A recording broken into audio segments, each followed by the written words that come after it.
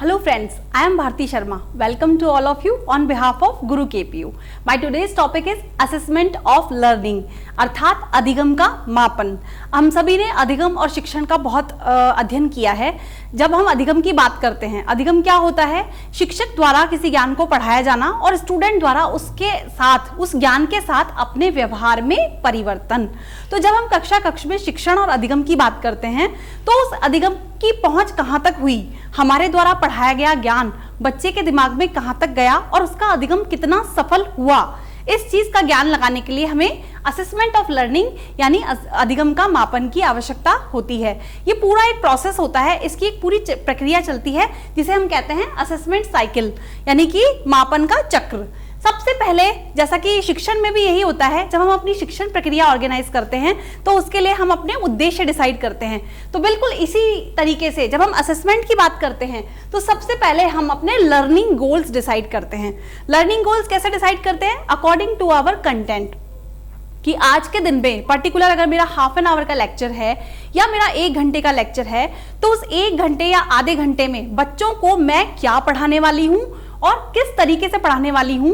आखिरी में बच्चों का जो अधिगम होगा उसका लेवल कहां तक होगा और वो कितना लर्न कर पाएंगे। All these goals are decided in articulated learning goals. उसके बाद हमारा सेकेंड स्टेप आता है डिजाइन स्ट्रेटेजीज।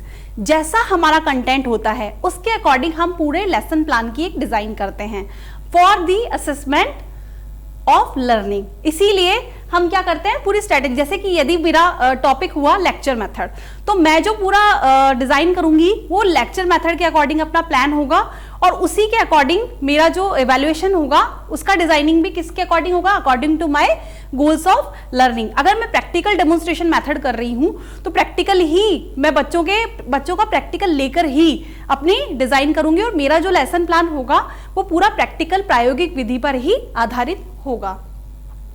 जब मैंने अपने गोल्स डिसाइड कर लिए, उसके बाद मैंने अपनी स्ट्रेटेजी प्लान कर ली, तो our third step is determine activities, select assessment methods.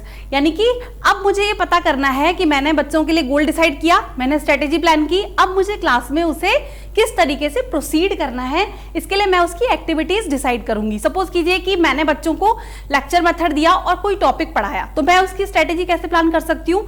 मैं उसके अंदर ग्रुप डिस्कशन भी ले सकती हूँ, उन टॉपिक्स पे बच्चों का डिस्कशन ले सकती हूँ, उनकी टीम डिस्कशन लेकर उनका जीडी करवा सकती हूँ। उसी के अलावा अगर मैं उनसे प्रैक्टिकल मेथड दे रही हूँ तो मैं क्लास में प्रोजेक्ट्स डिवाइड कर सकती हूँ, कोऑपरेटिव लर्निंग की स्ट्रेटेजीज डिवाइड कर सकती हूँ। तो all these strategies are depend on our design strategies, then we choose the assessment method. जब हम उस असेसमेंट मेथड को चूज कर लेते हैं तो उसके बाद हम बच्चों पर वो असेसमेंट अप्लाई करते हैं।